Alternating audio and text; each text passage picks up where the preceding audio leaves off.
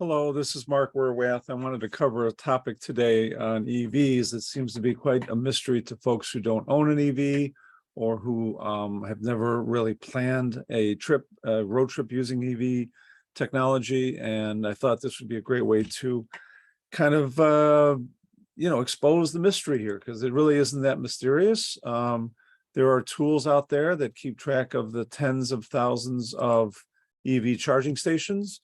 If you're taking a road trip, you definitely want to do something called level 3 charging. Level 3 or DC fast charge is the technical term for it. Can handle anywhere from 50 kilowatts up to 350 kilowatts, depending on the car you're driving. If you're driving a Chevy Bolt, for example, 50 or 60 kilowatts is about all that car will handle. Most of the older style electric vehicles, with the exception of Tesla, will only handle 50 or 60 kilowatts. If, on the other hand, you have a newer version, let's say an EV6 from Kia or a Hyundai Ioniq 5, or even the Tesla Model 3, we're talking about the ability to handle, upwards of 200 to 350 kilowatts of charging, which means you'll be able to go from 10 to 80% in probably 20 minutes, maybe 30, as opposed to well over an hour for something like a Chevy Bolt. So the tool that we use to plan out our routes, because, frankly, not everyone has a Tesla. So this is ideal for people who do not own a Tesla. They have something called a CCS compatible charge port on their car. So that would be virtually everything other than Tesla, with maybe the exception of Nissan Leaf. I'm going to share with you a tool called ABRP. It stands for a Better Route Planner. But if you just go to abrp.com, you will see a screen that looks like this. Okay. Now, in terms of, I'm going to share with you the settings, right? But the settings for my car, the Kia Standard, shows that it's the EV6, the long range edition, which means it's got the bigger battery, all-wheel drive, which means it's got slightly lower efficiencies. Okay.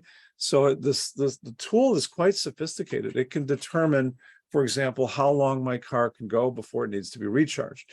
If I had rear wheel drive, if I had the smaller battery, the numbers and the routing would be a little bit different. So here I'm going to do a very simple example. I'm going to be going from Morton Grove to Ann Arbor, Michigan. Now, in terms of charging stops, I prefer short charging stops, but more of them. Some people might want to have fewer charging stops, but longer. So they give you a little bit of a sliding scale here. I'm paying for this tool because I want the ability to display this on my phone and on Android Auto when I get into my car. So all of this stuff will appear on my screen because I've got the premium version of ABRP. So with that, I'm going to go back to what this tool is telling me. By hitting this button here, it's going to automatically, and it already has, of course, it's automatically routed me between my starting point in Chicago, 259 miles later in Ann Arbor, Michigan. It's picked the route that is giving me the, I guess, the most available DC fast charge capabilities. It's basically telling me, thanks to my large battery, that I can go 260 miles with only one stop here in Sam's Club, Portage, Michigan, right? So it's also telling me that when I get there, I should have 27% state of charge because I left home at 90. And in something like 5 minutes with my car, right, I can go from 27% to 50%. And that's all that I need. Now, frankly, showing up in Ann Arbor with 12% state of charge does not make me feel good. And I'm going to probably ignore this tool and stop at Sam's Club in Portage, Michigan anyways, but charge up to maybe 70%, 80%. And you're going to say, well, why don't you go to 100? Well, anytime you go above 80%, it starts to slow down and it starts to become very inefficient. The sweet spot of DC fast charging in almost all cases is somewhere between 10% state of charge and 80%. And that's how these tools are generally designed. If I had any questions about what is like here in Portage, I can always click on this and it'll tell me more details about the Portage site, right? in terms of how do I get there, and where is it located? And obviously this is a Sam's Club, so it's got a pretty big parking lot, right? From here, I can also zoom in, right? And by zooming in, I can actually say, you know what, maybe I want to stop in between, right? Let's say I'm up here in Chicago, halfway to Portage. Maybe we want to go to the bathroom. Maybe we want to grab something to eat or something to drink. It turns out you can see here that right outside of Michigan City, right, there is in New Buffalo Township right here, there's a charging station that shows a DC fast charge. So the first question is, well, how close is it?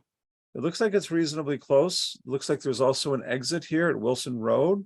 If I click on it, I'll learn more about it. It tells me, okay, it's a charge point charger. The other charger was Electrify America. I'm a member of both, so I could easily go to one or the other. But it's also telling me it's only 60 kilowatts, which, you know, it's kind of debatable. Do you want to stop it for such a slow charger? Or would you rather just, you know, keep going to Portage, right? It's an interesting question. I think we'll probably make that decision at the time and say, hey, do we really feel we need to make a stop? If we do, obviously New Buffalo would be my first choice to make a stop, because that way I can use the washroom, maybe grab something to eat and charge at the same time, and make sure that in case something happens, you know, you never know, right? We could get to our scheduled stop, which is over here in Portage, and realize, well, you know, the chargers are broken. The chargers aren't doing what we need them to do. So that is an option for us as New Buffalo. There's another option here, as you can see. So let's say there's something wrong with Portage. We can always stop at this location here, which is in Marshall, wherever Marshall is. So it's 104 Winston Drive. So again, 60 kilowatts, not the fastest charger, right? But there is an alternative to Portage if we need it. So in other words, I guess my point is, there are tools that are out there that people can use to plan out their trips. Why do we need to do this? Unfortunately, EV charging stations don't have big billboards and signs like the Shell gas station or like Amoco or BP. We rely on apps, and this is my favorite app, ABRP. I don't work for them. I don't, you know, promote them, but I can tell you that ChargePoint has their own app. Electrify America has their own app. PlugShare has a very good app, but none of them, in my opinion, do the kind of routing that ABRP does. So ABRP will route you from point A to point B, knowing your car, knowing its capacity. It'll tell you when and where to stop, how often to charge, how fast it'll charge, right?